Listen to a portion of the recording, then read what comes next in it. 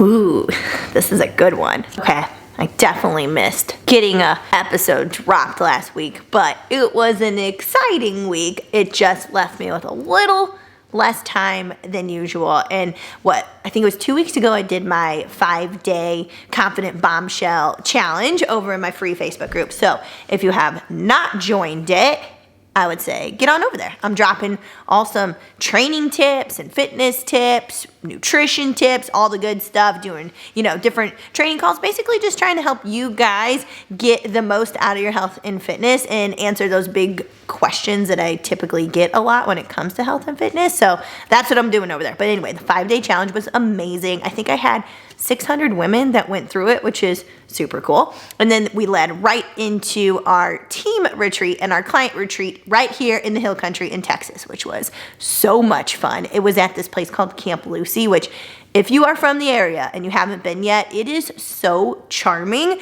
The owner actually brings over different buildings from Vietnam and he restores them on the property. So there was like a beautiful cathedral that we ate dinner in. And then there's all these different like converted buildings to have like receptions in and cocktail hour. We did some like stretching and working out under this gorgeous pavilion overlooking the hills. The food was great. The drink was great. The conversations was great. But it literally ran right into the 5-day challenge, right into that. And then I was like, oh, it's Sunday and I don't have an episode. So here I am.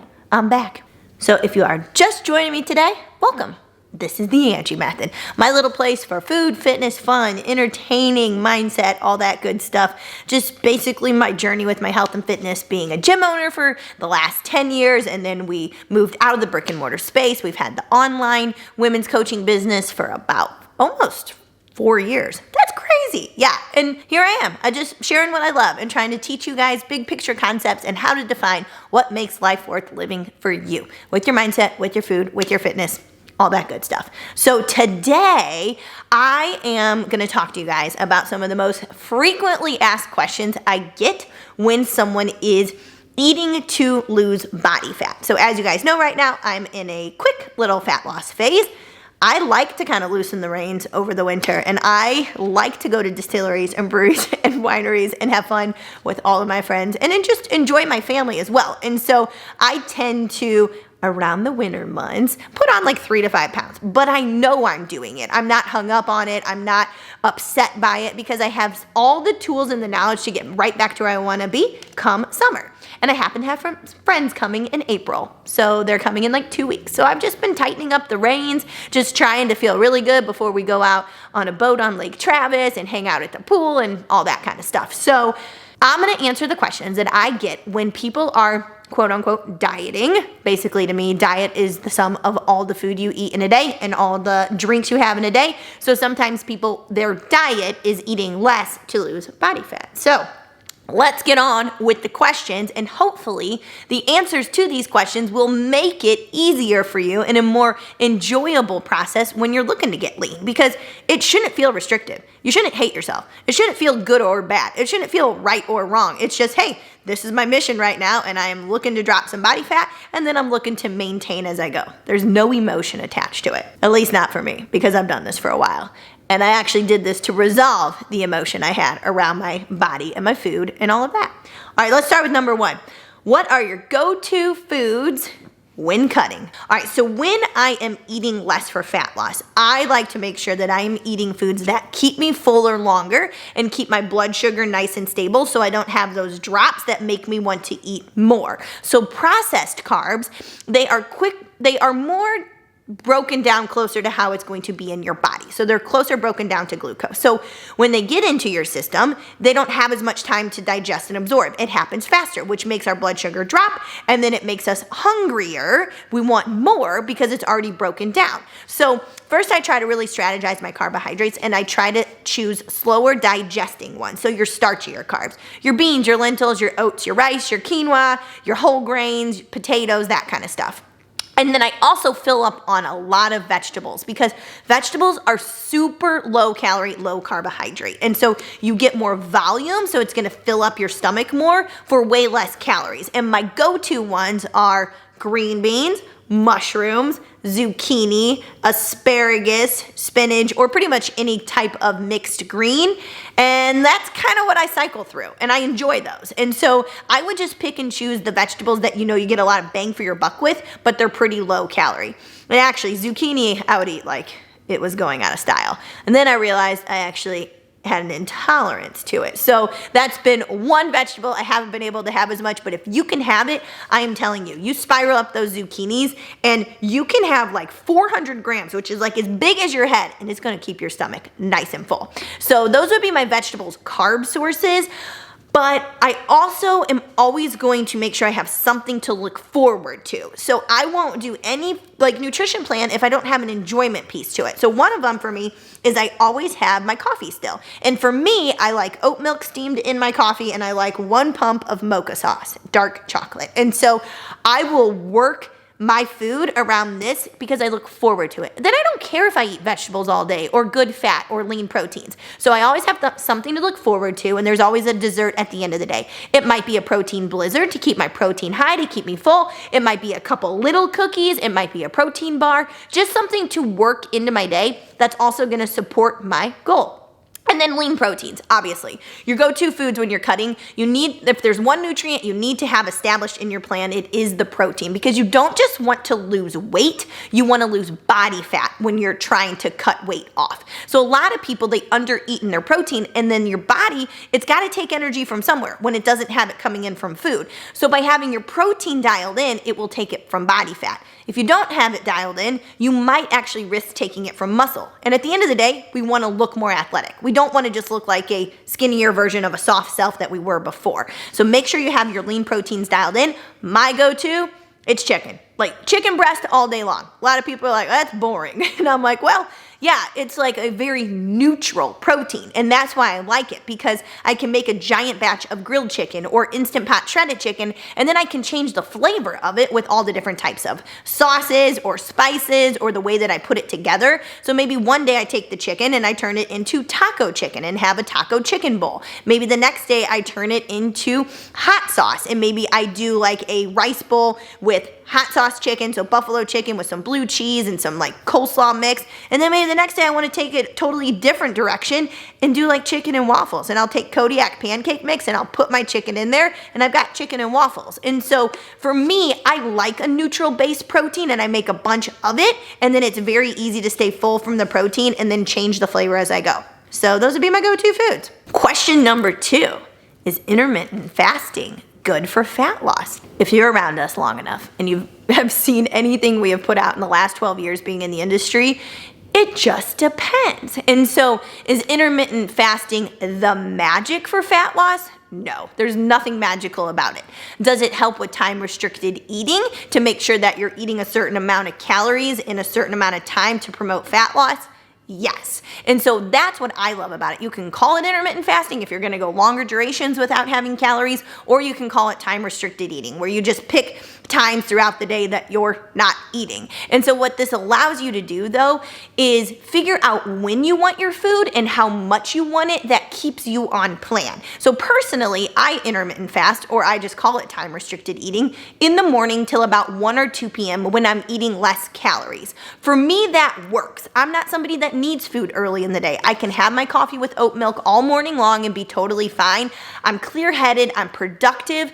I also know if I start eating too early and I'm trying to eat less calories, it opens up the floodgates and I can't turn it off. And so then I'm just trying to eat as much food as possible throughout the day, but that's me. I have other women who have to eat first thing in the morning. So when you're looking at intermittent fasting, the magic isn't in the intermittent fasting. The magic is still in eat less calories than you burn in a day. That's science. That's how it works. So sometimes time restricted eating or intermittent fasting just helps people push their calories off so they can stay in that less amount. Also, when you push them off, if you're someone who likes bigger meals but you're eating less than you normally would to maintain weight, now you're just pushing your calories to condense them into a smaller amount of time so you can have bigger meals. So hopefully that makes sense. Ooh, this is a good one. Number 3, how to incorporate alcohol into your plan if you are trying to lose body fat. Alcohol doesn't make you fat. Eating more calories than what your body requires in a day is what makes us gain weight. It is not the alcohol. It's not the banana. It's not the bread. It's not the cookie. It's not the pasta. It's the overconsumption of calories. It's not the particular food itself or the drink itself. Now, I will say this before I tell you how to incorporate it. The only thing with alcohol is the boundaries within it. So sometimes people can have one or two and they don't end up eating a bunch, or it doesn't spiral into 3 or 5, because yes, at the end of the day, if you have too many calories, you're still going to be at the same weight or gaining weight. The other thing is that for women in particular, the research shows that it really impacts our sleep, and sleep is the biggest piece of recovery. So we need it to recover fully from whether that's our workouts, a stressful day, with your growth hormone, with your appetite hormones, your fullness hormones. And so if you're drinking too often during a fat loss phase and you're like, why am I not seeing the results, but I'm staying within my calorie range, it just could be the interrupted lack of sleep, which is 100% what we need to fully recover. So how do you build it in? Is there favorite choices for alcohol? Okay, I'm a big proponent of, if I'm gonna have something, I want to enjoy it. So I personally don't like Trulies, right? I don't like low-calorie beer. It doesn't taste good enough to me to warrant to have it. And so if I'm just doing it to try to fit it into a number, to like be social or whatever, it's not worth it to me. I'd much rather work in a beer that I really enjoy, or a 200-calorie cocktail that I really enjoy, and just have one, because I want to enjoy the taste of it, the experience around it, the conversations of the people that I'm with, that I'm having my drink with. Now that is me. If you're someone who's like, well, I just like it because I just want to have it when I'm outside grilling and chilling or with my girlfriends or whatever, then yeah, you can choose a lower calorie option. But there isn't an alcohol that's better for us than another. Like a shot of most liquor is 80 to 100 calories, right? You can get Trulies for 100 calories. You can find light beer for like 55 to 80 calories now. A typical glass of wine is 150 calories. A Prosecco or champagne's like 80 calories. So it's really dependent on you and the choice that you want and how it fits in, again, in your big picture of how many calories you're consuming in a day. So if you're someone who likes more volume, you want multiple drinks, go with the lower calorie options. If you're someone like me who I actually like to eat my food more than I drink it now the old me was a different story, but I'll just choose one cocktail or one beer or one glass of wine and really enjoy it and fit that into my numbers. But at the end of the day, if you're reading it, it's like low carb this or no sugar, whatever. It does not matter. It's strictly just look at it as your total calorie intake. And so when you're looking at your big picture of the day of what you're eating compared to what you're burning, remember you need to burn more than you eat in a day to lose body fat. So it's just fitting that drink in. Like I don't look at the cocktail as how many carbs is in it. Oh, that beer is low carb. That does not matter at all. It has nothing to do with the carbs. It's the total calories. So fit it in, build it first thing in the day, work it into your big picture, and then enjoy it.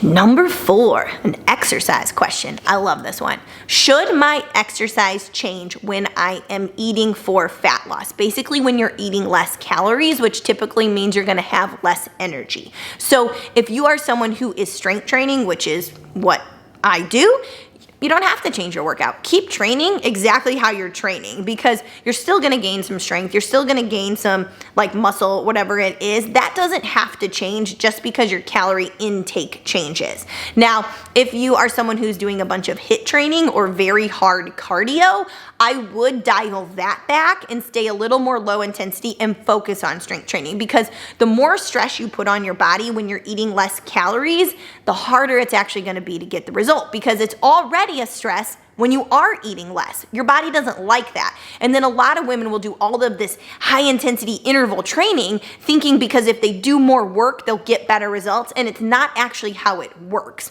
You want to train smarter while you're in that fat loss phase. So strength training is still going to be the best for changing your body composition and for being able to hold on to the muscle that you already have. So I would say if you're doing that, awesome. Yoga is great for restorative and recovery. Walking is the best tool you could do because it is so low intensity, but does burn a decent amount of calories without stressing your body. So training really doesn't have to change if you are already in a strength training regimen. I would just say if you're doing a lot of hard, intense working out, I would dial that back and train smarter in terms of try to increase your weight or your intensity through volume over time, and you're gonna get the result that you want.